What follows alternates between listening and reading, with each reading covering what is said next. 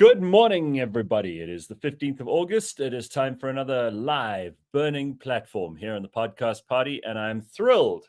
First of all, we've got a great guest, but I'm thrilled to welcome back to the burning platform. People thought something terrible had happened, but she's here and she's back in full force. None other than Pumelele Mashiro.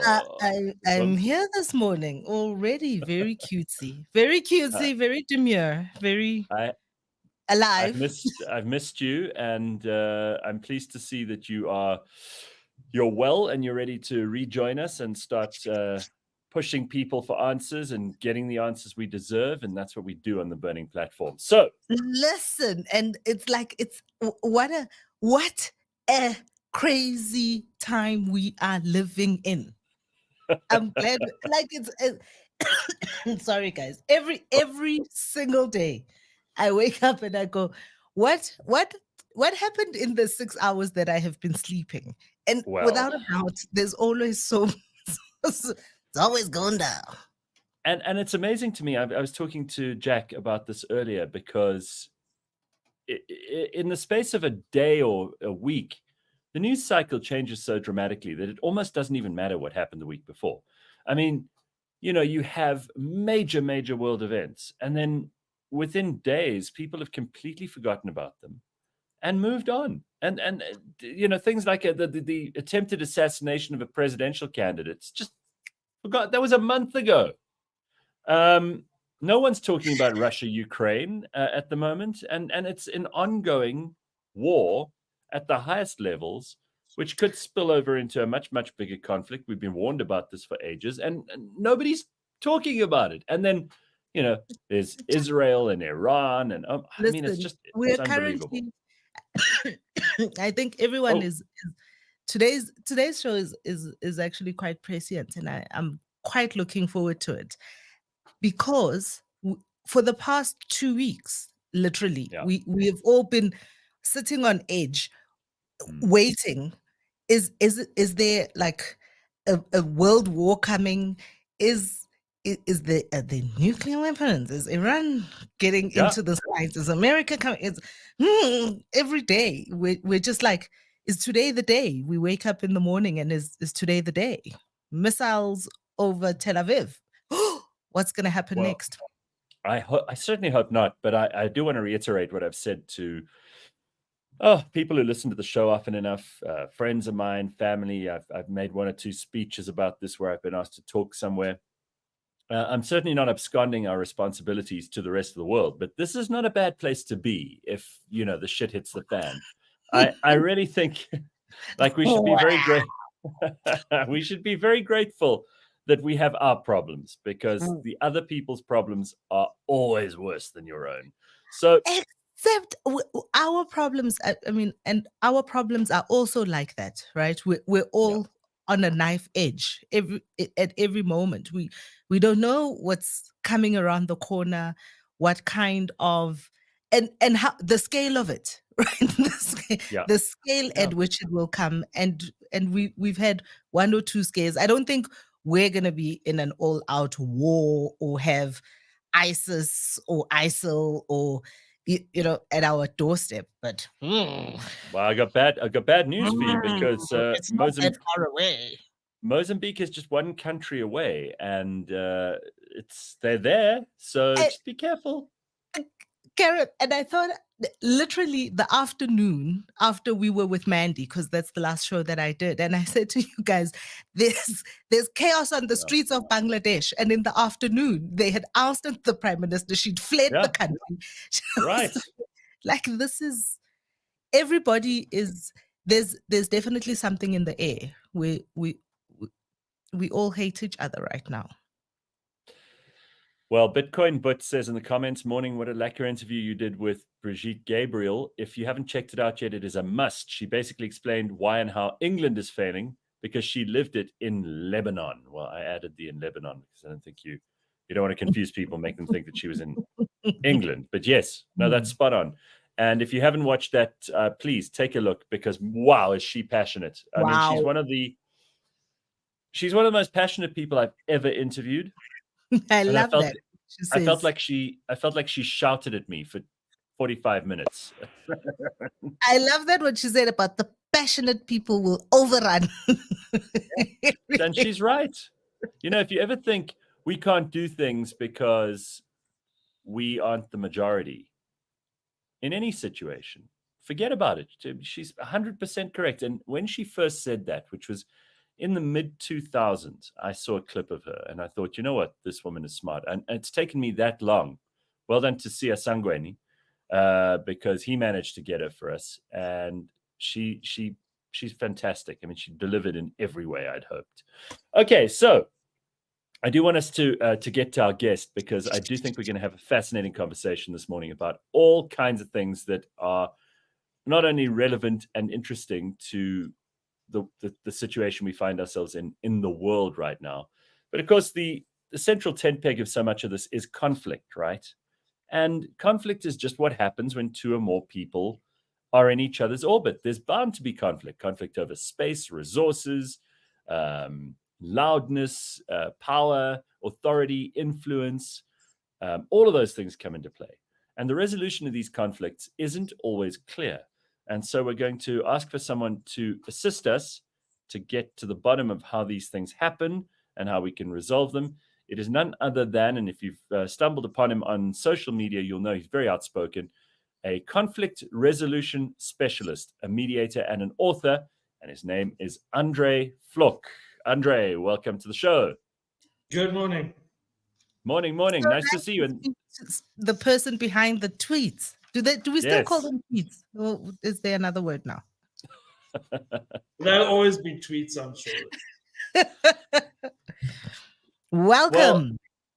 Welcome. Andre, I'm not even sure where we should begin, but perhaps let's start here at home in South Africa, because I mean, conflict it's a broad category of things, and our cities in South Africa seem more or less stable. I mean, we have our problems. Back in 2021, we of course had those riots.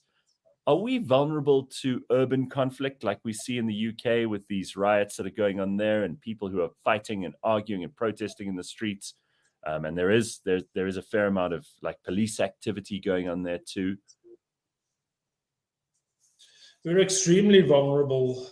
I'm still trying to get my head around why we are different. All the conflict causes, all the triggers that we see in the UK, that we see in Bangladesh, that we see in Paris are here.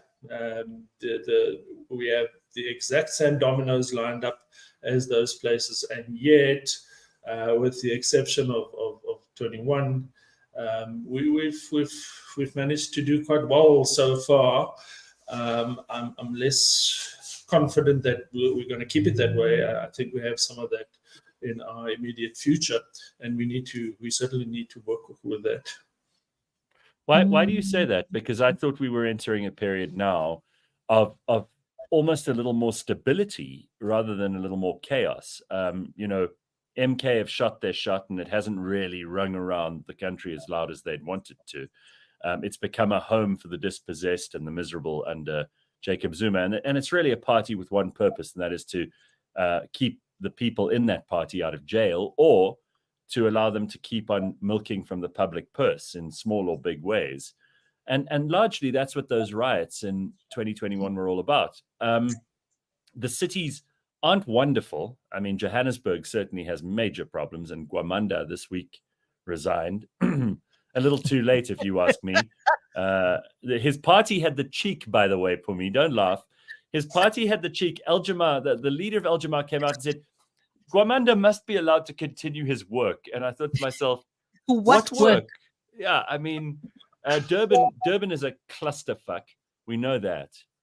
But, largely, I mean, I drove through PE the other day, which is also not a great place in South Africa and isn't being run, let's say, optimally. No. But I don't get the feeling like these places are tinderboxes. May you be right. May a year from now, I want you to call me and say, "Yeah, you were wrong." What worries me is that we are slower than a lot of these. The UK, Europe, much of Europe, much of the old Eastern Europe have been here where we are now. That period of hope, that period of the GNU, the period of the last roll of the dice. Let's give democracy another chance. What I see and what concerns me is if democracy fails. What we see in Europe, what we see in Asia, are frustrated people that are isolated, people that are not feeling heard.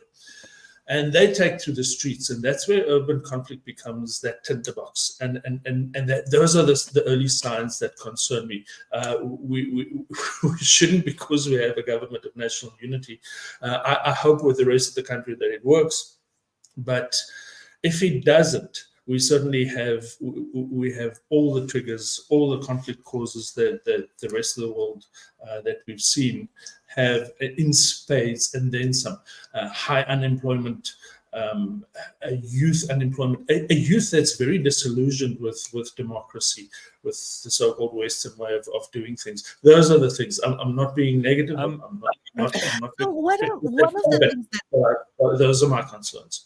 Well, one of the things that I'm looking at and wondering, and over the past couple of weeks, I think we've seen it spike again, which just before the election, there were waves of it.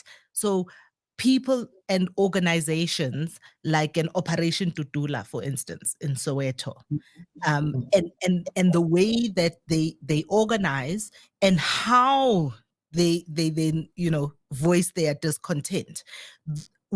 What is it that, in your view, makes organizations like that, if at all, something that we need to be careful of, that we need to look at and watch out for?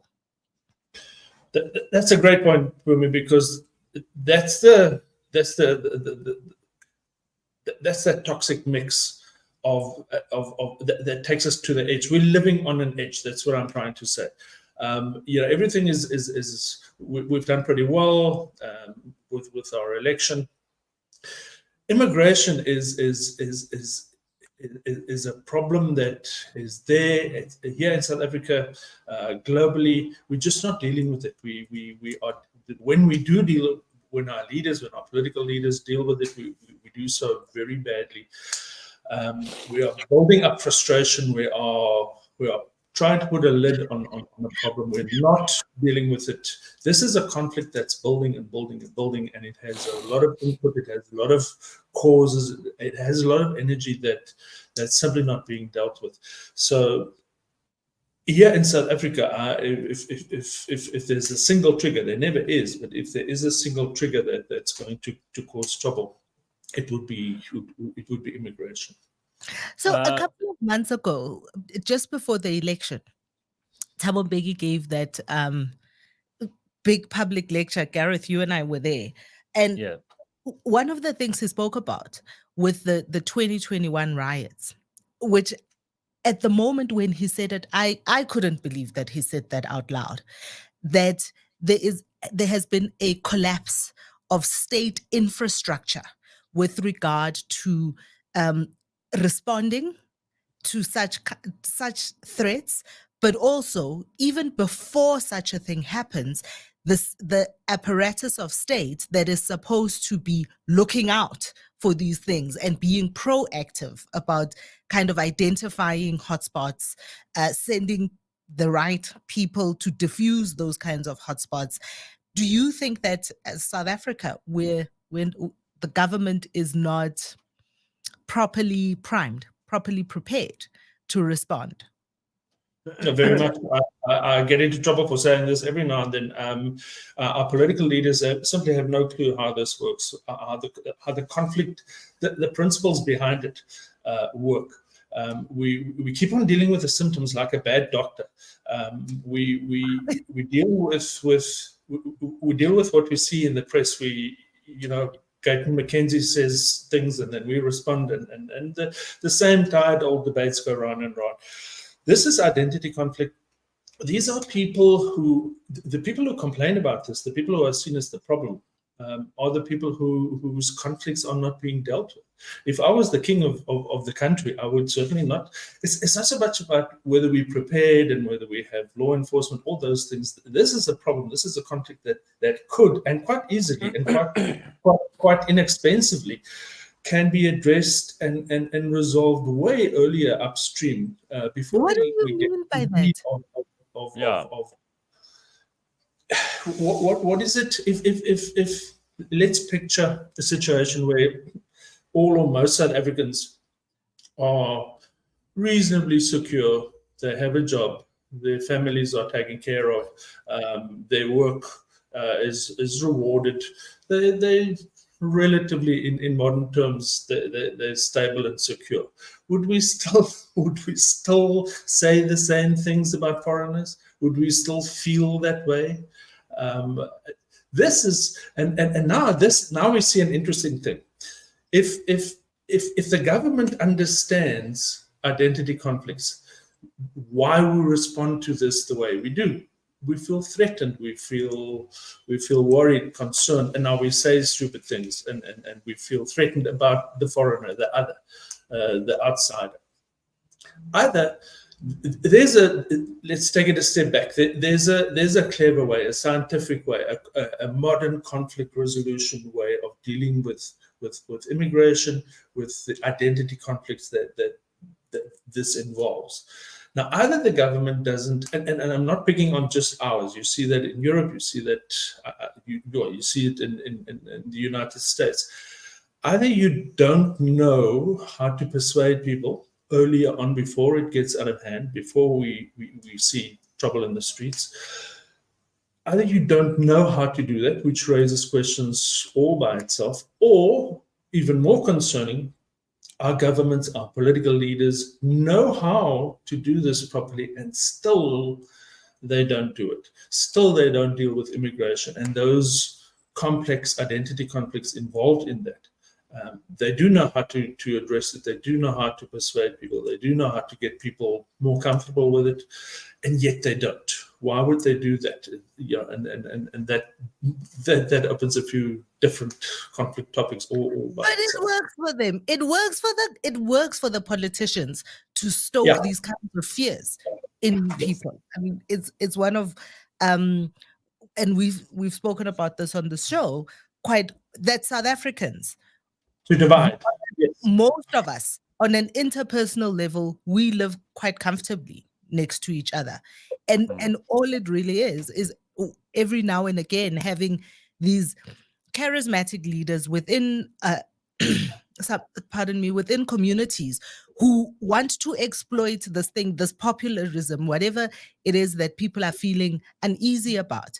And there's no way to divorce the fact that our economic strife in the country, so our high unemployment rate, which means we have lots of people who have nothing to do, but also lots of people living in desperate situations, is one of the biggest causes of the conflicts that we see in townships, particularly, within the townships, because then they're kind of going, why are the Pakistanis able to have a spaza shop and we can't? Why, Are you starting to see why I'm concerned? No, well, I'm not, and I'll explain why, because Phumi's kind of hits on it here, but I also think that we're not people who are as prone to outbreaks of organized violence as most. I also look at it as an osmotic kind of thing. There's a pressure, certain amount of salt in the water here, and there's less salt in the water here, so there's a gradual movement of molecules to this side. What I mean is the people who are coming... I like the people who are coming... Yeah, I mean, the people who are coming to South Africa from other places, those places are even more shit than anything that we have. If a Somalian is in South Africa, that's not because Somalia is great and their economy is working and unemployment is much, much lower and they can ply their trade there. They're coming here because this is where the opportunities are. And yes, it's tough, but South Africa is not the toughest place in the world. Our winters are never so cold that you'll freeze to death outside and not make it through the night. And our summers are never so hot that you'll burn to death in the sun. We have natural resources. There's quite a lot of space, even though in certain places it's very concentrated. And I think crucially, we don't have the organizing principles unless there is a Operation Dudula or something like that. I don't see people actually being able to get together and make things happen, especially these unemployed youths. But Because what they don't need big organization, Gareth. no, All but Pums, it needs it simply means what we see in the UK, in the streets in the UK, what we saw in Bangladesh, and what we see happen time and again in this country is that a small group of people, I mean, they're whatever 50, 100 Dudula people, but all it takes is that chaos to take root, which is what happened in 2021. And then many opportunistic people, and that is what overruns the system. If you remember the footage of what we saw in 2021, the people looting the stores, those people didn't arrive there on a bus or as part of the organized. They just saw an opportunity, and now people are stealing TVs. Very famously, the guy with the Woolworths basket. I mean, the man was in a bloody Mercedes Benz, and he still stopped his car, and he still went to loot a small basket of Woolworths. That guy isn't part of any kind of organized anything. It's simply when the chaos takes root, like all kinds of fights and wars, is when it starts, it's like a storm. It's like a storm. You don't know where it's going or when it will end, especially when you don't have a state that knows how to deal with it. Would all three of us not have laughed at someone speculating about what we're seeing in the UK, say 2 months ago? It really seems. No, I wouldn't have. I'll tell you why. I mean, I could see that coming a long time ago, because you see, I think it's different. I don't think it's the same. I think what they're dealing with in Europe is what you hinted at earlier on, when you said, Andre, that it's an identity crisis. Their culture is under threat from the illegal immigrants. Now, I don't think our culture is under threat. That's why I think there's a difference. I certainly think we have extenuating circumstances like unemployment, and like the fact that the economy is not growing, and the fact that there are so many people under the poverty line, et cetera, et cetera. Those are obviously big problems. The UK doesn't have any of those aforementioned problems that I went through now. They have unemployment, but it's very, very low. And what they've got is a welfare state that's like a big safety net that catches everybody who falls down. Unfortunately, too many of the British are actually just used to sitting around and letting migrants do the work. And that's part of the problem too.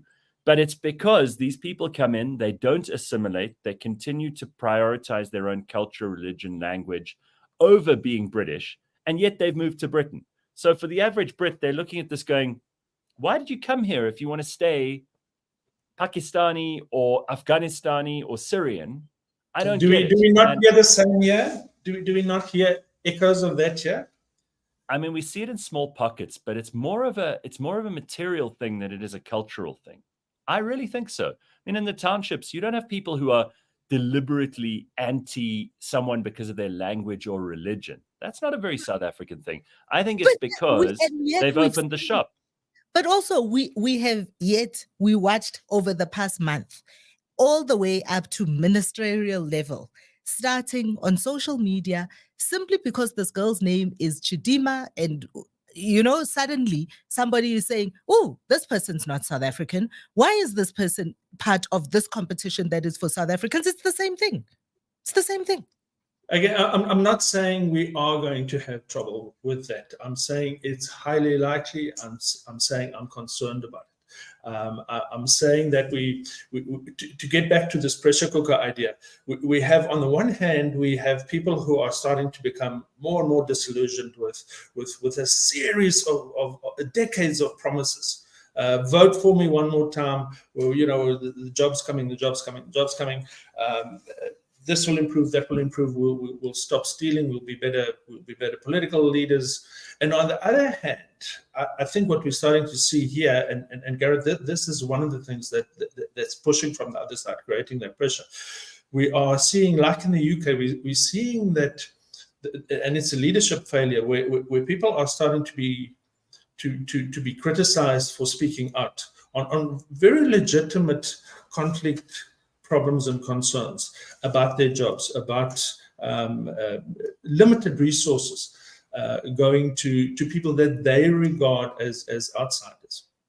And to now call them xenophobic, to now, like in the UK, call them far right, ultra conservative, fascists, all those things. That's really playing with matches around a big drum of petrol, and we've seen the start of that here as well.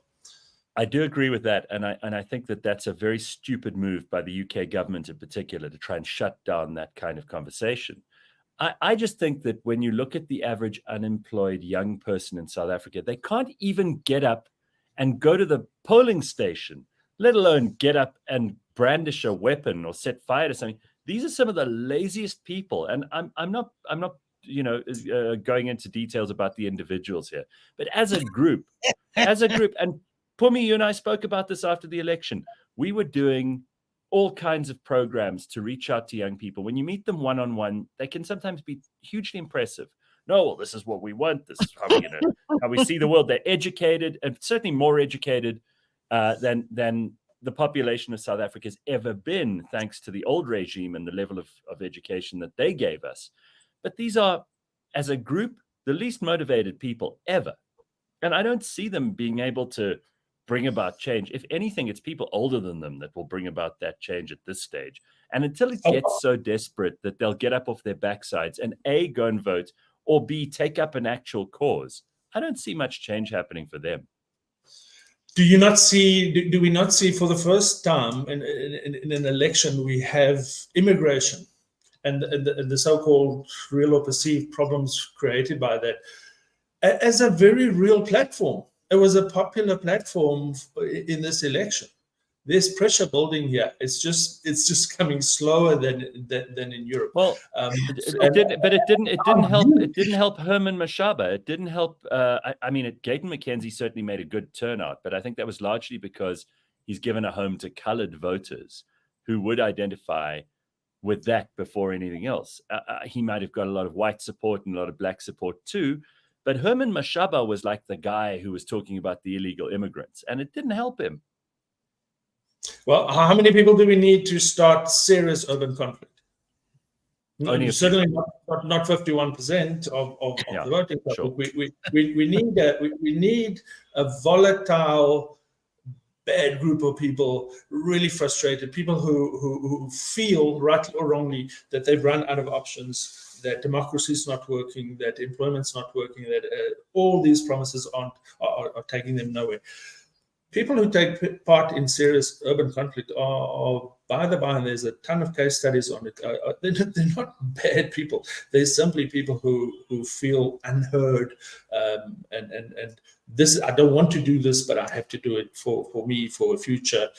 There's nothing else. I have nothing to lose, and I think we've got an awful component, an awfully large component of that in South Africa. I'm not saying this will happen later this afternoon. I hope that it never happens. Yeah, sure. I'm writing a book on urban conflict, and one of the chapters in there that I struggle with terribly is this input of migration across the world. We try and when the Olympics come, we clean up the area, we criminalize saying bad things and uncomfortable things about migration and people living on the streets. We are not, our leaders, and to a large extent us as well, we're not dealing with immigration. We cannot have, it's a work in progress, so you'll have to read the chapter on it. I'm still struggling with this in my own head, but we cannot have limitless open borders. We cannot just, as wonderful as it sounds, we cannot just welcome the world to countries with their own modern problems, to their own, with their own internal conflicts. That is creating, and for one moment ask me, all right, so what's the solution? I simply don't know. Every country will have to deal with this in their own way. But certainly this open border, send me your poor and your weak. Yeah, I think those days are dangerous, and we need our leaders need to upskill their conflict skills so that they can deal with this properly. This is identity conflicts writ large, and it's going to create problems that are unrelated, as we see around here, unrelated to immigration. Yeah. Andre, as a person who looks at urban conflict all over the world, not just in South Africa, what are the similarities in terms of, because what I see happening here in South Africa is I see it as a conflict over resource. So because the resource of work, therefore money and all the access that comes with it is so diminished that when people, as Gareth says, a person who's left Ethiopia, Somalia, wherever in the world to come here is because they see better opportunity here than there. But when we're saying the opportunity is not there, it's not there for South Africans, it's certainly not going to be there for additional people who come, right? Similarly, all over the world, if I think about what happened in Bangladesh, this again, that conflict was around resource, right? It was around allocation of work opportunities for students. That's why the students took to the streets. We're all over the world, all of this conflict really is around resources and the lack thereof. Are there any other reasons that create these kinds of conflicts outside of that? So if we fix our unemployment, if we fix our economy, does the conflict go away? How's it, Baz? No, it doesn't. Good. I'm just doing. What's happening? Andre, you can continue. I don't know what Gareth is trying to fix on the backside there. All right. Probably ordering coffee, hopefully, this time in the morning. Probably That was my fault. Sorry about that. I tried to change the setting here, and I obviously screwed things up. Go on. Not coffee then. Okay. No. Probably when we label it resources, we're a lot closer to the source of the problem. I've written extensively on identity conflicts, and that really, we'll need 10 hours to really discuss and unpack all those dominoes, but that is the key. That is the key. The resource argument, as complex as it is in its own right, is still a symptom, is still downstream from identity conflicts. Now, identity conflicts is a wider concept than identity politics. Don't confuse the two. Identity conflicts has to do with me. I'm a father. I'm a Blue Bull supporter. I'm a white person. I'm a Zulu. All of those things. That's what is creating. All of those things are blurring, living in times where the old identities, the old structures are in trouble. We in South Africa, I think back to Gareth's original point, I think we're lucky in a negative way in that we don't really have as yet a true South African identity, or that's my perception. We still live as people from Gauteng. We still live as white Afrikaans people, or English white people, or Zulus, or Sothos. There we find our identity, and that is under pressure. Yes, through resources. Yes, through not getting our political ways. And that does change the spectrum of conflicts as we see in Europe, for example. But certainly, resources, if we can fix that tomorrow, that helps with the identity, yes. But what our political leaders need to do is to understand identity conflicts and how to persuade people effectively. And the case studies show, and this is part of where my concern comes from. If you approach identity conflicts in the wrong way, if you speak to people, if you try to persuade them the wrong way, such as calling them names, calling them xenophobic, telling them, trying to legislate your way out of the problem, that drives them deeper into their silos. That entrenches people in their positions, in their hostility, in their negative views of the other. So it's got way more to do with resources. Resources is a symptom. We need to keep an eye on that. It's complex work, all right? Our leaders would really need to roll up their sleeves, but resources, of course, needs to be dealt with. Perceptions, all those things, paperwork, the tech behind this, all of that needs to be addressed. But the first domino is identity conflicts. So, Andre, I completely agree with you. I completely agree with you about the fact that these identity conflicts are becoming a thing globally. And I also agree with you that the open borders policies of some countries have been an absolute unmitigated disaster. It's also probably the number one issue in America right now. And in the lead up to this election, it appears that Kamala Harris, who changes her positions like her underwear, has decided that she's also tough on the border, which is exactly the opposite of what she's been up to now. So even completely open border lunatics on the left are starting to realize this is not something that works with the electorate. They're not happy with that. People in most countries in the world, however those countries may have been established, colonial borders back in the 1900s,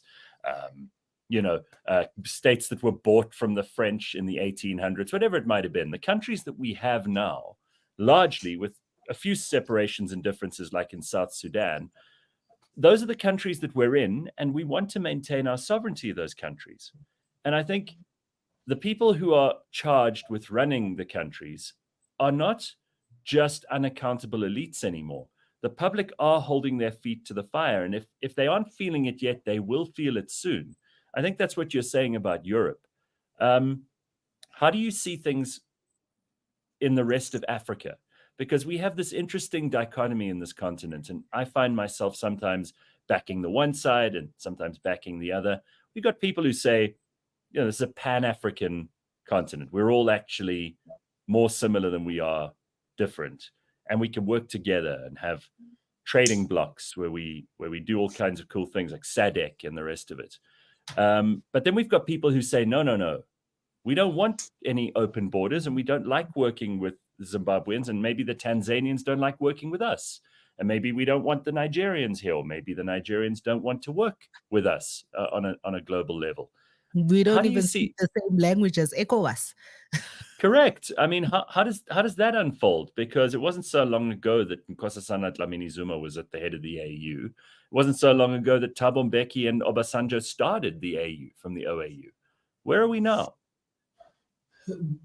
Africa's got as far as migration and just the whole open border thing, they've got far more complex problems than Europe has, if that is possible.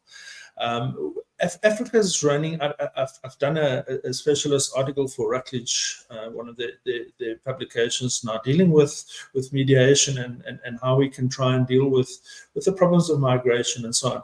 And Gareth, I know it's still politically correct, and it still sounds wonderful to say that Africa is a continent and open borders and all of those things. It does not work, and it doesn't work not to be anti-woke or anything like that. It doesn't work economically. It doesn't work politically. It doesn't work religiously. It doesn't work socially.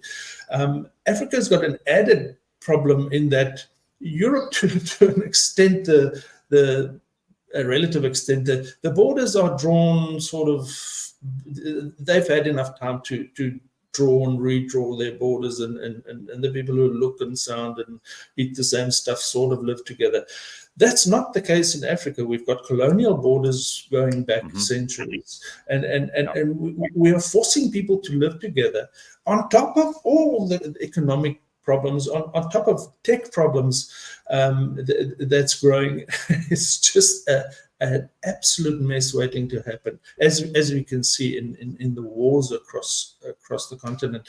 Add to that, and it sort of underlines your point, the United Nations, and I'm not happy to say this, but how effective are they nowadays? The African Union. All of these places that are there to assist with these questions they're more of a problem than an aid at this stage. Africa is looking at we're more polite. Ubuntu plays a bigger role, I think. We we have a different way across the continent, if I can generalize, of dealing with the other. We're more friendly, we're more effective in integrating people. But certainly we can't say that in Africa the open border approach will work. It doesn't, and it certainly it shouldn't. And political leaders trying to tell us that it is, or build their future policies on it. Of course, the statistics are clear. Immigration done properly is a wonderful thing. It brings new skills. It really enlivens economies if you do it the correct way. Andre, I need to understand something. Opening the border, I have a question, because I'm a little bit confused by what you're saying. That done properly, immigration or works and is a wonderful thing, but you're also saying, open borders. So I need to understand what you mean by open borders, because if I think about the Euro bloc, for instance, all you really need, and speaking about resource, which is why I talk about resource, is what you need an ease of movement of people, money, and goods. You need to be able to easily trade with each other. Pardon me? But where criminality is involved, where you've got corruption, where you've got illegal and unchecked movement of all those things too, right? People, money, and goods, then you have got a problem. And how is it in your view? What is it that you are against? Are you against the fact that we need to be able to regulate the way that those three things move? Because we are not the same people, because we are different from each other? Or are you saying that we need to close up and be parochial and completely insulated and work with each other, only with South Africans? And where do you draw the line, right? When you talk about identities and the differences of identities, where is the similarity and the difference between a Mosotho from Lesotho and a Zulu person from KZN? How? I mean, I don't understand. What exactly are you? What's your view on all of this? Can I just hop in? Can I just hop in quickly, Andre? That is so unfair, Pums, because it's not an either or. But that's what I'm trying to understand. Is what is the parameter? I think Andre what said. talking about? I think he said he doesn't think that there shouldn't be any Why immigration. are you explaining him? Let him speak for himself. Well, all right. I love the question. There's nothing wrong with movement, with difference. I think those are truly necessary things. Imagine just South Africans trading with each other. I love your reference to that. Always, forever, just us, just trading with ourselves. That's so unhealthy, and that we've tried it in years gone by, and we saw where that led to. When I say that immigration should be done right, I think this whole lazy approach of there should be a global approach to immigration, that's nonsense. And every country or region should work at it. When I say it should be done right, of course we need regulation, we need paperwork, we need control. People mustn't just walk across the boundaries of a country. Why are you here? Why do you need to come in?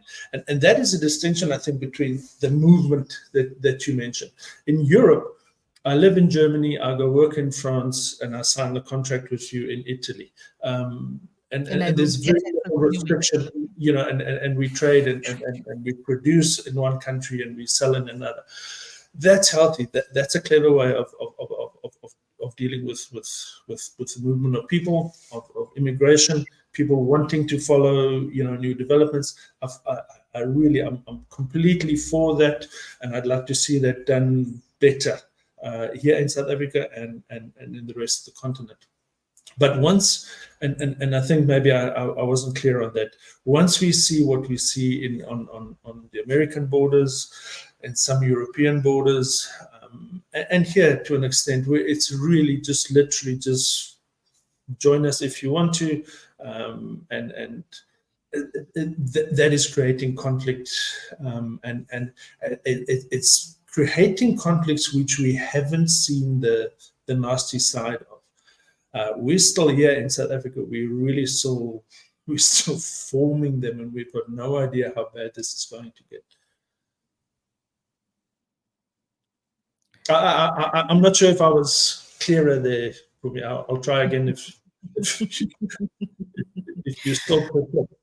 So I mean, I think, and this is where I struggle predominantly with the idea of how we regulate this intermovement of people, and this is why I believe that the root symptom of some of the conflicts that we see, particularly here in South Africa, is really around the fact that we have got a stagnant economy, and therefore all of this movement, there's not enough movement and exchange of goods and money between people, and therefore there is a clash.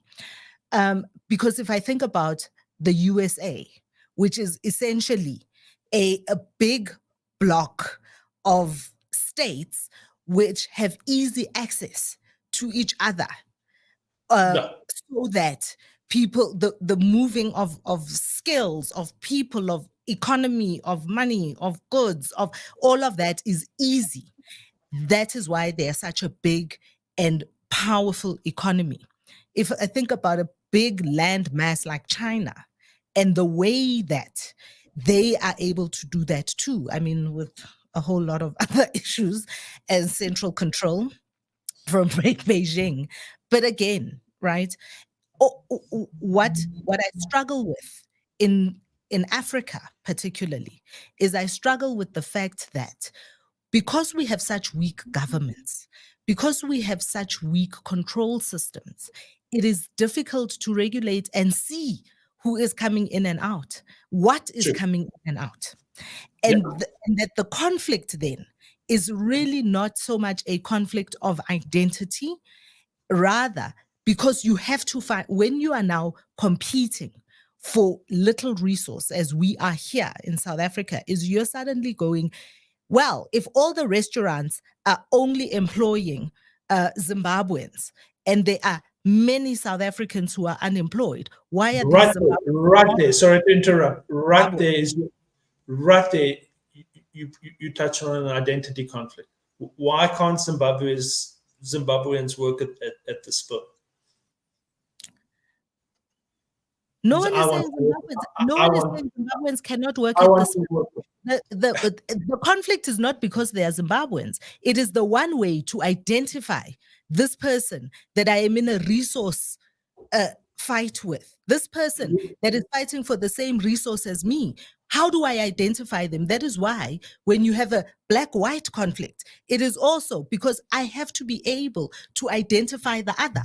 And what is the otherness of this person? The otherness of this person is not that they are black. The otherness of this person is not that they are from Pimville versus Dube. The otherness of this person at this moment, the big one, the first big one, is that they are, and this is the danger where we are here in South Africa, is when there are no more Zimbabweans, then you have Zulus and Sutus fighting each other. We had a year ago a huge tavern shooting in Soweto where 15 people were mowed down. And because all of those people are in Soweto, all of those people are black. Now, when you look for the otherness that says, what is the conflict between these two people? You're suddenly saying, oh, these ones are Zamazamas, these ones are Xhosas, these ones are Zulus. And that is what I'm saying, because the underlying problem is not that they are Zulu. That's not what you're fighting with them about. You're fighting with them about the fact that you want this job and you believe because there is a otherness that you can put in the box that says Zimbabwean. You're not fighting with them because it's Zimbabwean. You're fighting with them because the job. But that's exactly identity conflict. That if the minute it's easier, the more prevalent examples are the black-white ones and the South Africans and Zimbabwe and so on. But the minute we're all made up of our identities, of our genders, our preferences. And the minute there's a me, there's an us. And the minute there's an us, there must be a them. And that's the beginning of all of these conflicts. The minute, and it doesn't have to be black and white. I think your example is a good one. The minute that we are, and this is where our politicians come in, and that's my second question. Do they know how these identity conflicts work, how not to persuade people, how to deal with it effectively, and still use these triggers and levers to start conflicts and to benefit in a political way from that. When they drive us into these silos of us and them, it doesn't always have to be black and white. It doesn't always have to be South African or the other. As long as there's an us and a them, there's benefit to be from conflict. I think, what Phumi said just now is hugely instructive, because in a battle of resources, people will find an other. And I think that's it's such an indictment on human nature, let alone anything else. But I tell you all the time, that's what the problem with life is, people. Yeah. But let me ask you this, Andre, because this is your area of expertise and specialization. How good do you think South Africans are at conflict resolution? I think South Africans, from my limited experience, and that's all I can draw on in this respect, because I don't see a lot of it happening. Pumi's quite right that mostly, on the face of it, South Africans get along. We're not looking to fight with each other. People are not massively aggressive about things. Sure, you see a lot of protestation and noise on Twitter, but that's not the real world. Thankfully. Yeah, thank God. How well do you think South Africans do deal with conflict? Because we see, little arguments break out here and there, and most people in South Africa, black and white, they back down. We're not a very confrontational bunch of people across the board, especially women, less confrontational by nature. That's a normal and kind of obvious distinction between men and women. But even in the workplace, the average employee is frightened to ask their employer for X, Y, and Z. I don't know that we're that good at conflict resolution. Our politicians certainly we aren't. Avoid conflict. Yeah. We're pretty awful. We're pretty awful at conflict. And a lot of that has to do with our past. We are conflict avoidant. We suppress conflict. We are nice because I don't want to be unpopular. I don't want to be criticized. There's the black-white problem. There's the gender problem from a conflict perspective, in that we don't. How often do we have absolutely wonderfully open, honest conversations about race, about gender? Only on this show. Bless you for that. Bless you for that. This is the type of conversation we should have. So to answer your question, Gareth, I think we're pretty awful at conflicts. We either sue each other, blacksmith each other, or ignore each other. That's not healthy conflict resolution. That's not really dragging things out into the sunshine and talking about it and getting to the sources of it. We're very quick to compromise. And modern conflict tells us that conflict is compromise is generally an awful way of resolving conflict. Say that again. Say that again. I like that. Just explain it after you've said it, because that is something people immediately look at how Phumi reacted. It's like, why? How can you say compromise is bad? Go on. Yeah. And this is conflict management is guilty of. In the 80s, it was this nearly hippie approach to conflict where just play nice, smile, and burn incense and meet each other in the middle. That has changed. It is now science driven. It is multidisciplinary, and all of that. Well, the case studies, the science shows us that compromise is really. I love the for me in my work and my consulting work, really, compromise, a working definition is you give something away that you would have preferred to keep. And everybody's equally unhappy. It's this lazy, unskilled way of dealing with conflict, where you say 10, I want 5, so let's call it 7.5, and we go home. It's this lazy, unskilled way of dealing with conflict. It kicks the can down the road because it comes from that stupid word fairness, and that is something that has never been a priority for human beings throughout our history. Fairness is not something humans are good at. You win, I lose. I win, That's right. You lose. That's how it works. And those same case studies show us that the process of how we how we compromise, people would do themselves harm, as we see with coalition politics. They'll do themselves harm simply because it wasn't done fairly. The deal's not all that bad, but you were rude to me, or the process didn't.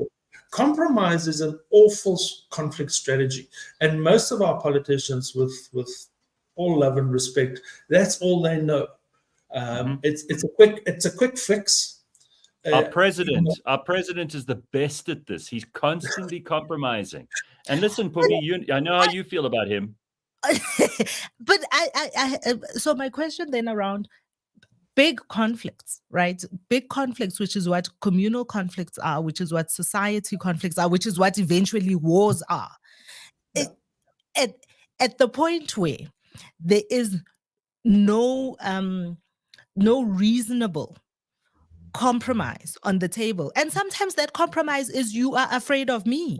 Sometimes that compromise, I have a gun on the table and I'm not afraid to use it. This is where the tinderbox we're sitting in the Middle East is exactly that.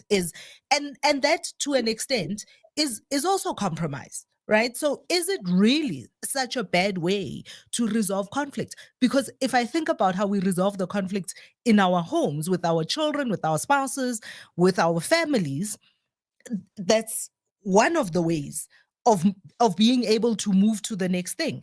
And where you are unwilling to compromise, then you are consistently in this push and pull, where the tension between the two is always ready to erupt. So why is compromise bad?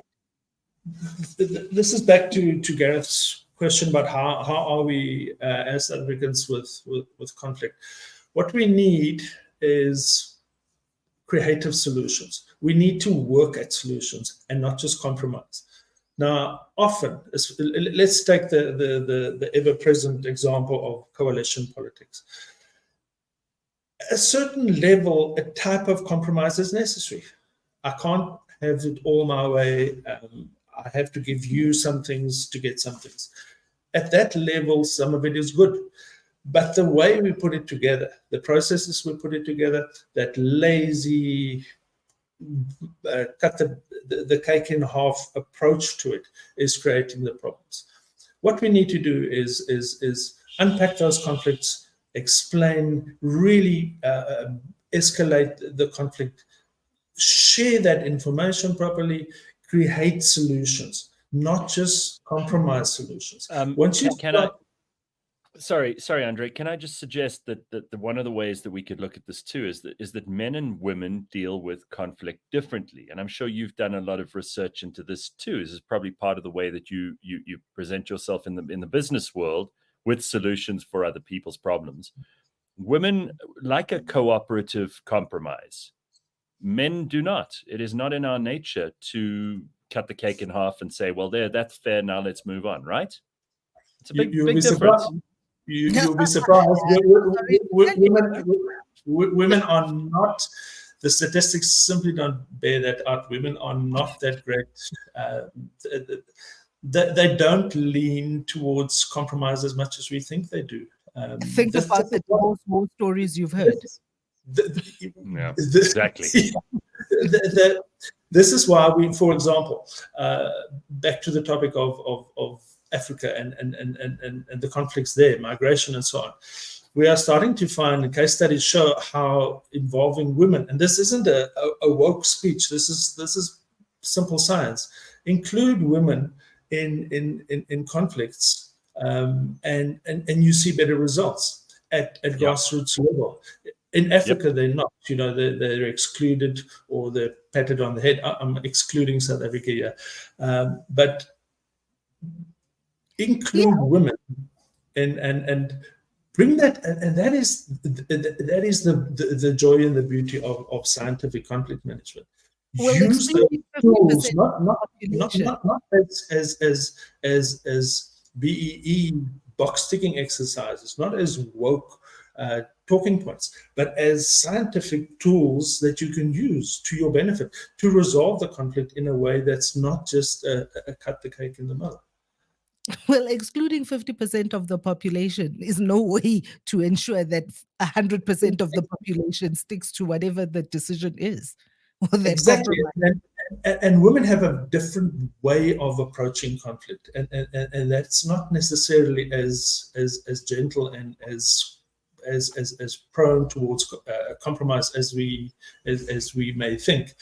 But it's a difference, and that is what as South Africans we really need to relook and absolutely reinvent ourselves, the way we do our conflict. And our politicians are just absolutely, for various good and bad reasons, they're just absolutely awful at just having the knowledge and the bravery, the courage we've got some serious complex problems and conflicts, and you see the same approach, the same speeches, the same promises, and guess what? The same results. Our coalitions are the same tired old thing. We just stir the pot and hope for the best. Whenever I think of, sorry, Pums, go ahead. Is there anything that we can learn from the way that we resolve interpersonal relationship, one-on-one conflicts, that we can learn from that we can scale up to better resolve conflicts in our communities? There's a lot of that that does scale up. At some point, some of the dynamics change and some of the dynamics collapse, where the way that interpersonal conflict, a rule that is good advice in interpersonal conflict won't work as well or at all in group or even national conflict dynamics, such as your identity conflict situation. But certainly, yeah, there's some wonderful lessons. Depends on who you speak to. What is the problem on the table? There's certainly some very, very wonderful and inspiring parallels from our interpersonal. For example, dignity, care, and don't compromise. Love the other one enough to stop compromising. Let's work at this rather. Let me understand, why are you angry with me? Why don't you want to live with me? Why don't you want to work with me? Let me understand it so we can truly solve it, as opposed to saying from Monday we're not going to be nasty to each other. That type of approach. Whenever I think of South Africans having a conflict, it reminds me of Chris Murreleng and that guy with the "Don't touch me on your studio," and I think that is such a perfect example of like an effete, pointless, dumb conflict between two people where there's just like nobody really knows what to do, and I see so much of that. Yeah, schoolyard. I see that a lot in South Africa. It's kind of ridiculous. So I think maybe we should focus also on trying not to get into conflict situations in the first place, but when necessary, understand how to behave in those conflicts. Gareth, we need better conflicts, not less conflicts. Okay, fair enough. I don't even want to get started with what a better conflict is. But I do think I must say, I am a little bit sad that over the years, South Africa and South Africans, South Africa as a unitary body in the world body, and South Africans on a one-on-one level in our communities, and we have degenerated and regressed to a place where we don't do it so well. I think we had an opportunity. There was a time where South Africa really could have taught the world what we should it be so good at, we should be so good at conflict, isn't it? But probably the part of you that, know, that there are other ways of moving forward, that there are other ways of moving from where you are to the next level, even in the discomfort. Even in the discomfort. I think South Africans learned early in the 90s, where again at a knife edge, how to live in the discomfort and find a way to move to the next level. And we had economic growth, and we had a relatively stable society and stuff working. And somewhere in the past 15 years, we have okay, degenerated. I love the question, because, and we can tie that to your earlier reference to parallels between personal and more group conflict. If you and I have the same problems, and whatever I do, whatever I speak to you, whatever I ask you, whatever proposals I have, it always ends the same, then after a while, I do start giving up. Pumi's really not listening. She doesn't understand me. She doesn't want to do this better. And I start looking at alternatives. This is conflict fatigue. And 30 years on, we are so fatigued with. We start with unskillful, very ineffective conflict methods. We argue with each other. We shout at each other. We swear at each other. We form these little toxic little groups, and now those cycles run and run and run and run, always with predictable results. You can see exactly how it's going to end. Like the next coalition politics, you see the promises and you see the result months before it ends, and that is conflict fatigue. And those cycles will never break, because we keep on being bad at conflict. We live with our politicians, their inability to be effective at conflict. If a party in South Africa who really looks at this, and I speak to them as individuals, and we can just not get it to an organizational level. If you understand the levers and the piano wires of identity conflicts, for example, you'd really be able to persuade people a lot more effectively. You'd be able to transcend these conflicts. Guys, I'm going to have to draw this to a close, because otherwise we'll end up in a conflict. But thank you for joining us on the Burning platform. Andre, lovely to have you on the show, and to be able to put a face and a voice to the tweets, as Phumi said earlier. Phumi, we will see you next week for more of the Burning platform. And thank you to the comments section, who have been on fire this morning too, with lots of very, very wise and interesting things being said there too. I'm sorry we didn't get to all of your comments. We will see you next week right here on Podcast Party, the Burning platform. Ciao.